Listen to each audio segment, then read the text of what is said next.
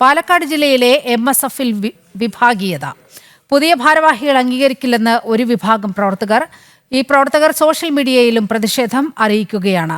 പട്ടാമ്പി കോങ്ങാട് മണ്ഡലം കമ്മിറ്റിയിലുള്ള പ്രതിനിധികളാണ് പ്രതിഷേധം അറിയിച്ചത്. വിവരങ്ങളുമായി അരുൺ ആലത്തൂർ ചേരുകയാണ്.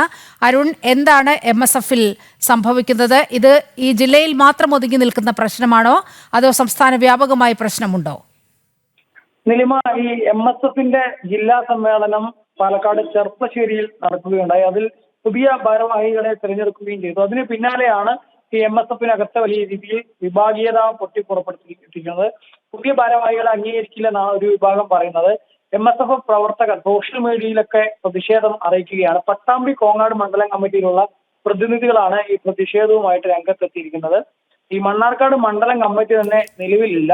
ഹംസ KUവിനെ പ്രസിഡന്റും അമീൻ റാഷിദിനെ സെക്രട്ടറിയും ഹാഷിം പാലക്കിൽ ട്രഷററുമായാണ് ചെർപ്പശ്ശേരിയിൽ നടന്ന സമ്മേളനത്തിൽ തെരഞ്ഞെടുത്തത്. ഇത് അംഗീകരിക്കാനാവില്ല എന്നുള്ളതാണ് മറുവിഭാഗം പറയുന്നത്. പ്രതിഷേധക്കാരുമായി സംസ്ഥാന നേതൃത്വം ചർച്ച നടത്തുമെന്നും പറയുന്നുണ്ട്. ഔദ്യോഗിക വിഭാഗത്തെ വെല്ലുവിളിച്ചാണ് മറുവിഭാഗം ജില്ലാ ഭാരവാഹികളുടെ പോസ്റ്റർ ഉൾപ്പെടെ ഇറക്കിയിരിക്കുന്നത് എന്നുള്ളതാണ്.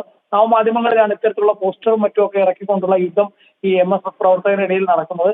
മാത്രമല്ല, യൂത്ത് ലീഗ്, പാലക്കാട് തന്നെ യൂത്ത് ലീഗിനിടയിലും മുസ്ലിം ലീഗിനിടയിലും ഒക്കെ മണ്ണാർക്കാട് മേഖലയിലാണ് ഇവർക്ക് കൂടുതൽ സ്വാധീനമുള്ളത്. അവിടെ വലിയ രീതിയിലുള്ള പൊട്ടിത്തെറികളും നേതാക്കൾക്കിടയിൽ വിഭാഗീയതയും തുടരുന്ന ഒരു സ്ഥിതിയുണ്ട്. അതാണ് ഇപ്പോൾ ഈ MSFലേക്ക് കൂടെ വ്യാപിച്ചിരിക്കുന്നത് എന്നുള്ളതും ശ്രദ്ധേയമാണ്.